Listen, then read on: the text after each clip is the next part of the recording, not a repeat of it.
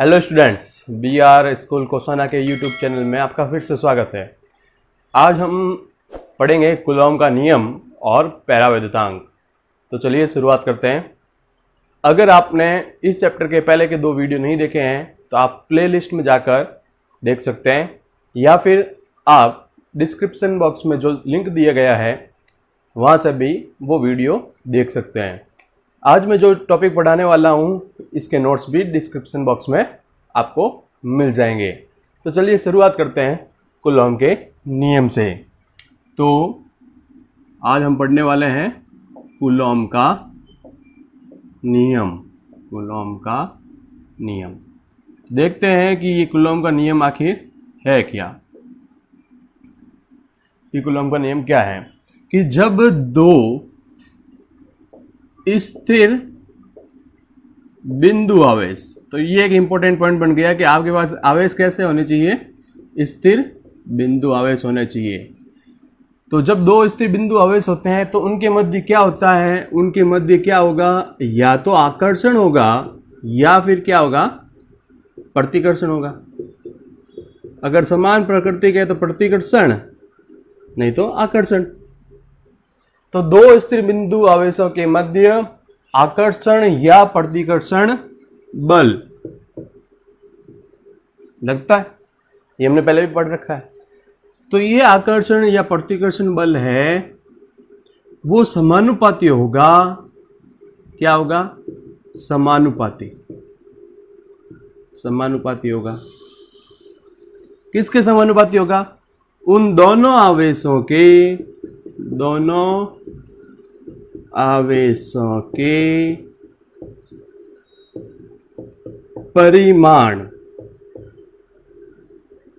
परिमाणों के गुणनफल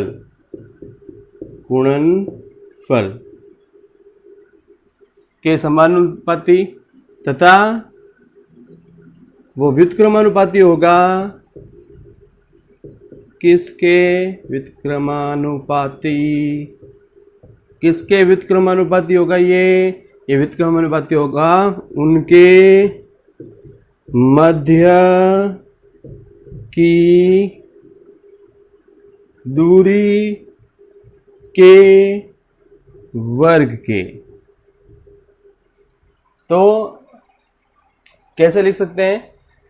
कुलॉम के नियमानुसार 2 स्थिर बिंदु आवेशों के मध्य लगने वाला आकर्षण या प्रतिकर्षण बल उन दोनों आवेशों के परिमाणों के गुणनफल के समानुपाती तथा उनके मध्य की दूरी के वर्ग के व्युत्क्रमानुपाती होता है। अब आगे क्या है कि जो बल की दिशा होगी, जो बल की दिशा होगी, बल की दिशा क्या होगी कि दोनों आवेशों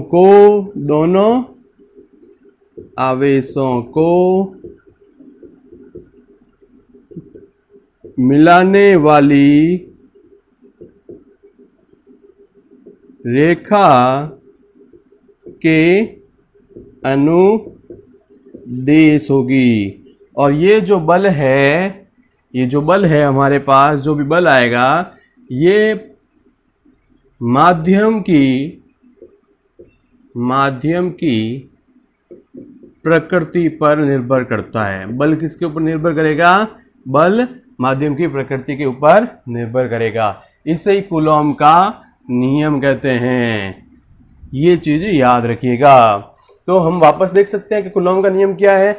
कुलॉम के नियम के अनुसार 2 स्थिर बिंदु आवेशों के मध्य लगने वाला आकर्षण या प्रतिकर्षण बल दोनों आवेशों के परिमाणों के गुणनफल के समानुपाती तथा उनके मध्य के दूरी के वर्ग के व्युत्क्रमानुपाती होता है, तथा बल की दिशा दोनों आवेशों को मिलाने वाली रेखा के अनुदिश होगी, तथा बल की जो मात्रा है, वो जो बल है, वो माध्यम की प्रकृति पर निर्भर करता है। इसे व्युत्क्रम वर्ग का नियम भी कहते हैं। व्युत्क्रम वर्ग का नियम, ये एक चीज याद रखिएगा, इसको व्युत्क्रम वर्ग का नियम भी कहते हैं। तो आपको समझ में आ गया होगा। वापस देख लीजिए कि अगर इसको गणितीय रूप में लिखें तो कैसे लिखेंगे, तो देखते हैं। इसने क्या बोला, दो स्थिर बिंदु आवेश होने चाहिए, तो दो स्थिर बिंदु हमने ले लिए Q1 और Q2, दो स्थिर बिंदु आवेश ले लिए हमने Q1 और Q2। तो उनके मध्य क्या लगेगा, आकर्षण या प्रतिकर्षण बल लगेगा। तो आकर्षण या प्रतिकर्षण बल मैंने ले लिया F, ठीक है। फिर इसने क्या बोला, दोनों आवेशों के परिमाणों के गुणनफल के समानुपाती होगा, दोनों आवेशों के परिमाणों के समानुपाती होगा। तो इसका मतलब क्या होगा, समानुपाती होगा Q1 Q2, ठीक है। फिर ये क्या बोल रहा है, उनके मध्य की दूरी के वर्ग के व्युत्क्रमानुपाती होगा, यानी कि जो F है वो व्युत्क्रमानुपाती है किसके, उनके मध्य की दूरी के वर्ग के। तो क्या करेंगे, कैसे करेंगे, आप सिंपल सा समझिए इस चीज को कि अगर मेरे पास एक चार्ज है Q1 और एक क्या है Q2, ठीक है, और इनके मध्य की दूरी कितनी है, इनके मध्य की दूरी है R। तो इस Q1 के कारण Q2 पर या तो आकर्षण लगेगा या प्रतिकर्षण लगेगा। अगर ये दोनों समान प्रकृति के, अगर ये दोनों क्या है, समान प्रकृति के, तो प्रतिकर्षण लगेगा। एक प्लस का है, एक माइनस का है, तो आकर्षण होगा। तो इनको मिलाने वाली रेखा ये रही, इनको मिलाने वाली रेखा, तो जो बल होगा इस रेखा के अनुदिश ही काम करेगा, यानी कि बल इस प्रकार से या तो इस तरफ जाएगा या ऐसे, तो ये अनुदिश कार्य करेगा। जो बल लगने वाला है वो इस प्रकार से लगेगा, ऐसा नहीं होगा कि बल ऐसे जा रहा है या फिर ऐसे जा रहा है, ये चीज नहीं होगी, सिर्फ इस दिशा में या फिर इस दिशा में जा सकता है। तो यहां पर क्या है कि हमने दो आवेश लिए Q1 Q2, इनके मध्य की दूरी क्या है, R है, और इनको मिलाने वाली रेखा के अनुदिश ही हमेशा क्या काम करता है, बल काम करता है। ये चीज आप याद रखिएगा। और जो बल है वो किस पर निर्भर करता है, माध्यम की प्रकृति पर भी निर्भर करता है। ये चीज आपको याद रखनी है। तो वापस देख लीजिए कि जो लगने वाला फोर्स है, जो बल है, वो दोनों आवेशों के परिमाणों के गुणनफल के समानुपाती है तथा उनके मध्य की दूरी के वर्ग के व्युत्क्रमानुपाती है। तो यहां तक आपको समझ में आ गया होगा। ये है हमारा पास कूलॉम का नियम। अब हम देख रहे हैं कूलॉम के नियम का गणितीय रूप। तो वापस देख लेते हैं कि जैसे मेरे पास एक चार्ज है Q1 और एक चार्ज है Q2। अगर आपको नहीं समझ में आया पहले तो वापस देख लीजिए। यहाँ पर हम इसको मिलाने वाली रेखा खींच देते हैं, तो इसके ऊपर जो बल लगने वाला होगा वो इस प्रकार से होगा और इनके मध्य की दूरी क्या है, R है।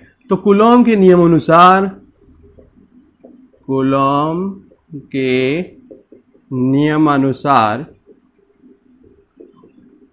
तो कूलॉम के नियम अनुसार हम क्या लिख सकते हैं, F is proportional to Q1 Q2। हम लिख सकते हैं F is inversely proportional to R square, यानी कि हम लिख सकते हैं कि F है यानी कि फोर्स है, जो बल है वो Q1 Q2 के समानुपाती है तथा R स्क्वायर के व्युत्क्रमानुपाती है।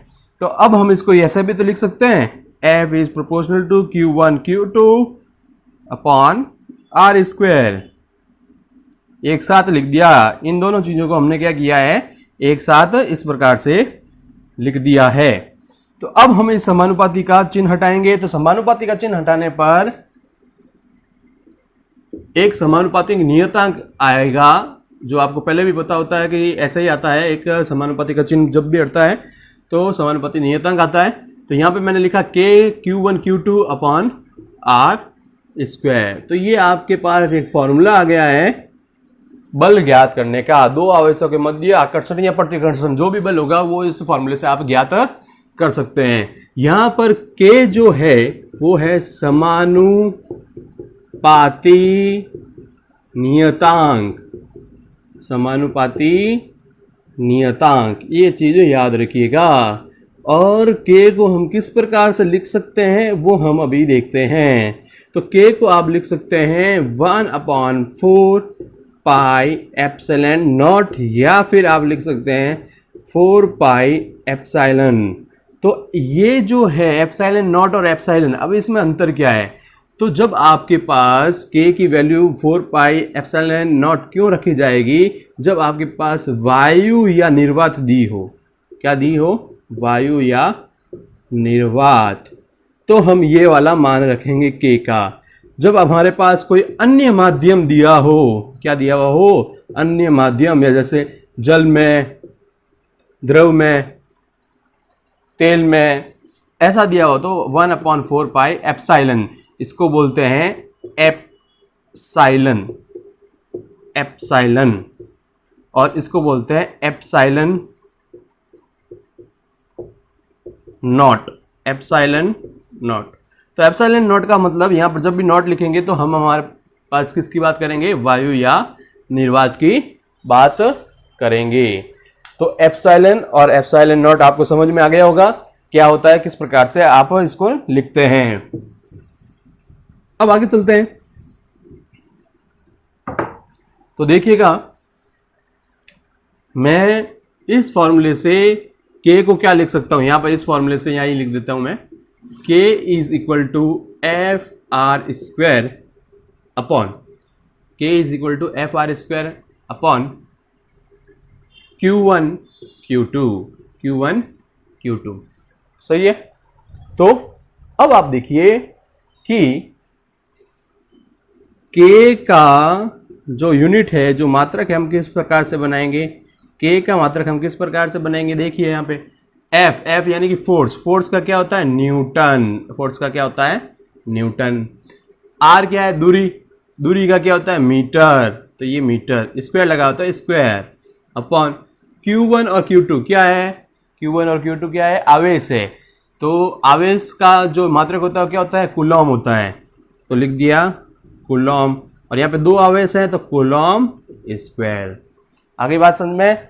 तो k का जो मान होगा, जो k का मान होगा वो होगा 9 × 10⁻9 newton, newton metre square, newton into metre square upon coulomb square, coulomb square.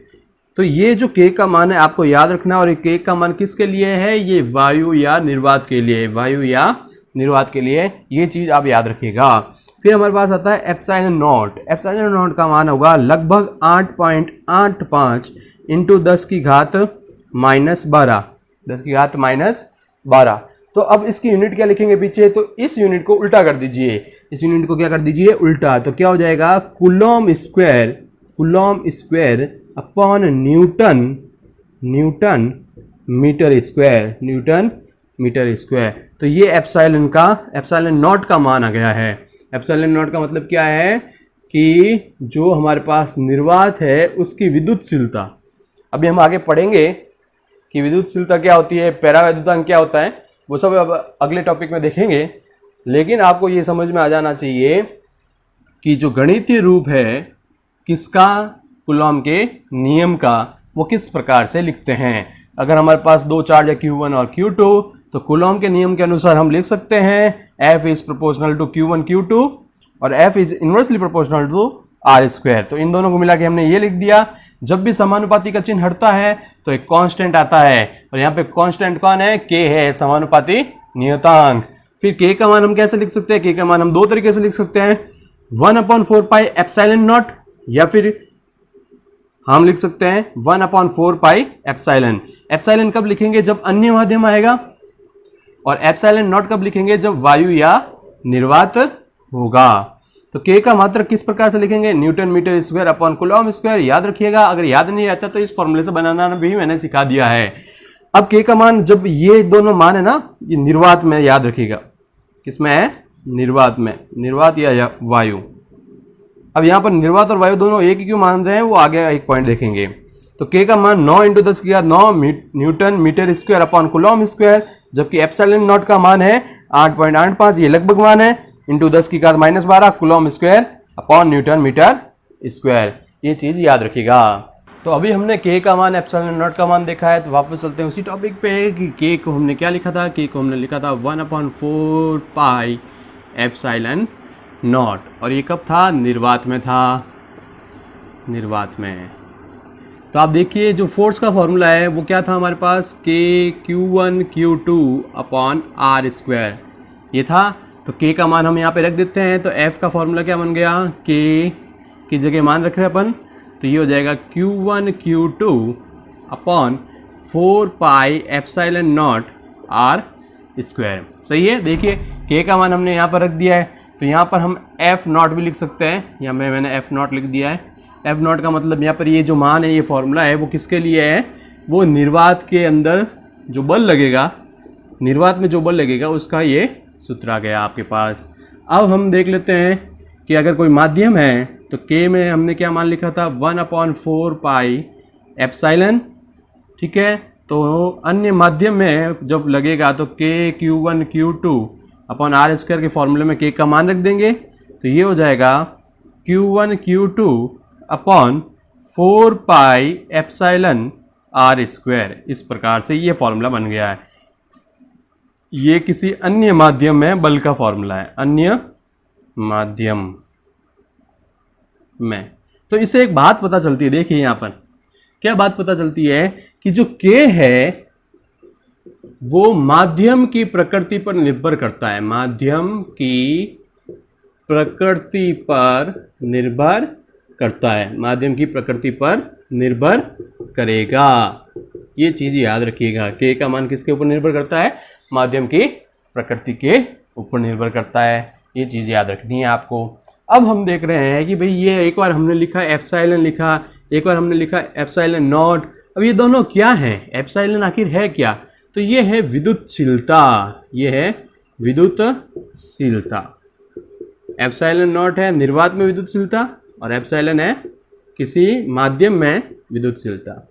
अब हम पढ़ रहे हैं पैरावैद्युतांक या आपेक्षिक विद्युतशीलता। तो आपेक्षिक वैद्युतशीलता भी बोल सकते हैं, विद्युतशीलता भी लिख सकते हैं, इसको ये ध्यान रखना, विद्युतशीलता भी लिख सकते हैं, विद्युतशीलता, वैद्युत और विद्युत। तो अब क्या है आखिर ये, तो मैं एक पहले फॉर्मूला लिख देता हूँ जिससे आपको पता चल जाएगा कि एप्सिलॉन आर पैरावैद्युतांक होता है और इसको लिखते हैं F naught upon F M से। एफ नॉट का मतलब क्या है, निर्वात में जो बल लगता है, आकर्षण या प्रतिकर्षण बल होगा आवेशों के मध्य वो, और एफ एम का मतलब है माध्यम के अंदर। तो एफ नॉट और एफ एम के पड़े मान हमारे पास, ये पड़े अभी निकाले थे, ये माध्यम का है तो यहाँ पे मान रख देते हैं। तो epsilon R is equal to Q1 Q2 upon 4 pi epsilon naught R square, ये हो जाएगा Q1 Q2 upon 4 pi epsilon R square. तो Q1 Q2 कैंसिल हो गया, आर स्क्वायर से आर स्क्वायर कैंसिल हो गया, 4 पाई से 4 पाई कैंसिल हो गया। तो epsilon R is equal to epsilon upon epsilon naught, ये बचता है, ठीक है। तो अब इसकी परिभाषा क्या बनेगी, पैरावैद्युतांक, ये पैरावैद्युतांक है तो इसकी परिभाषा क्या बनेगी, ये क्या है, एप्सिलॉन है, और एप्सिलॉन क्या होता है, वैद्युतशीलता होती है। किसकी वैद्युतशीलता होती है, माध्यम की। तो मैं यहां लिख देता हूं, ये क्या है, माध्यम की विद्युतशीलता है, माध्यम की विद्युतशीलता। ये क्या है, ये है निर्वात की विद्युतशीलता।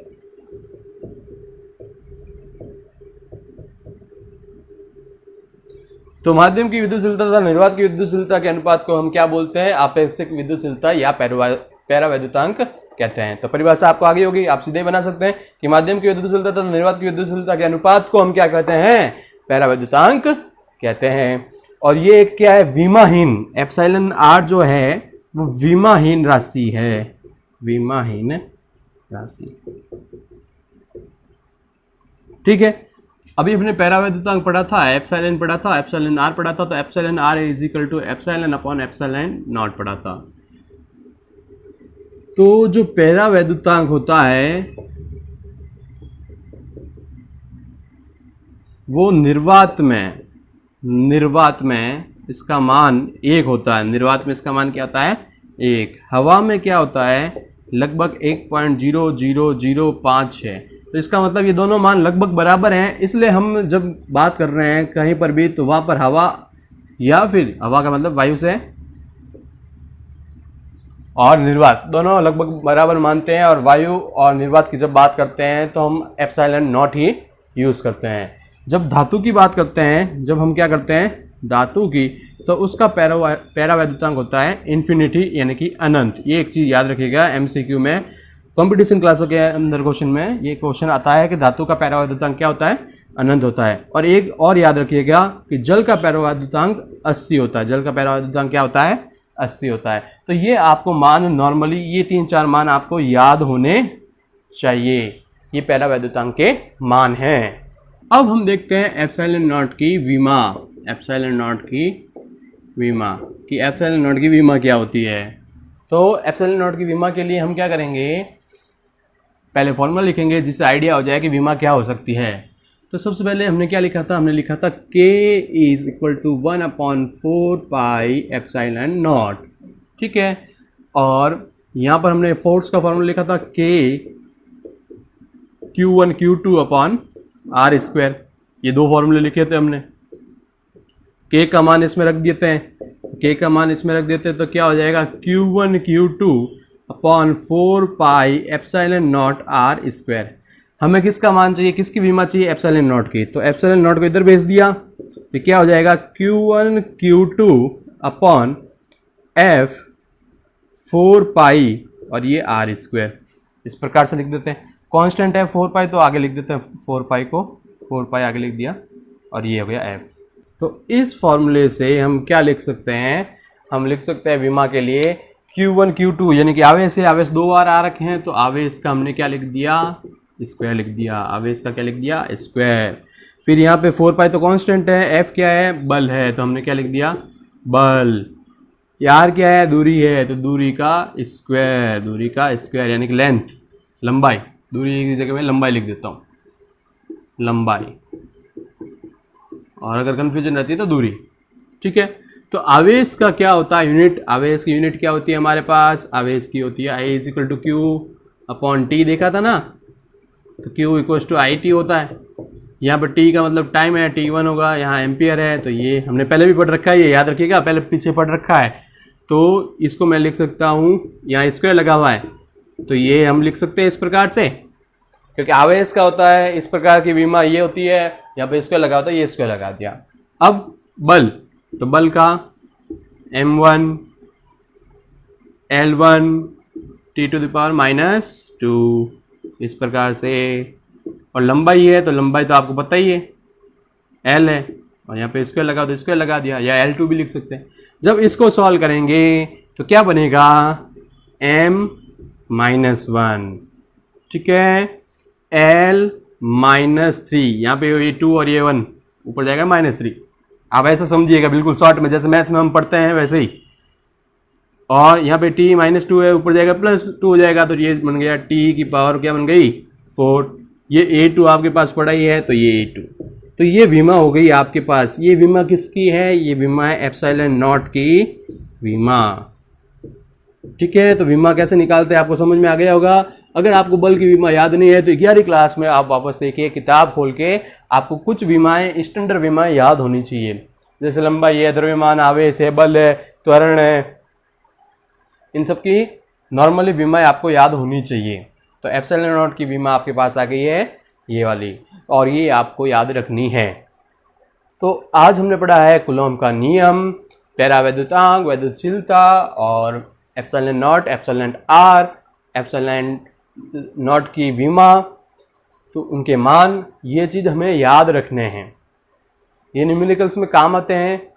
और अगले वीडियो में हम पढ़ेंगे कूलॉम नियम का सदिश निरूपण। आज हमने कूलॉम नियम का गणितीय रूप पढ़ा, यानी हमने परिमाण पढ़े हैं। अगर हमें दिशा ज्ञात करनी है कि बल किस दिशा में लग रहा है, बल एक क्या होती है, सदिश राशि होती है, याद रखिएगा। जो बल होता है F होता है वो क्या है, सदिश राशि है। तो ये सदिश राशि है तो इसका मतलब इसकी दिशा भी तो होगी, तो इसकी दिशा निकालने के लिए हम कल पढ़ेंगे सदिश निरूपण, कूलॉम का सदिश निरूपण।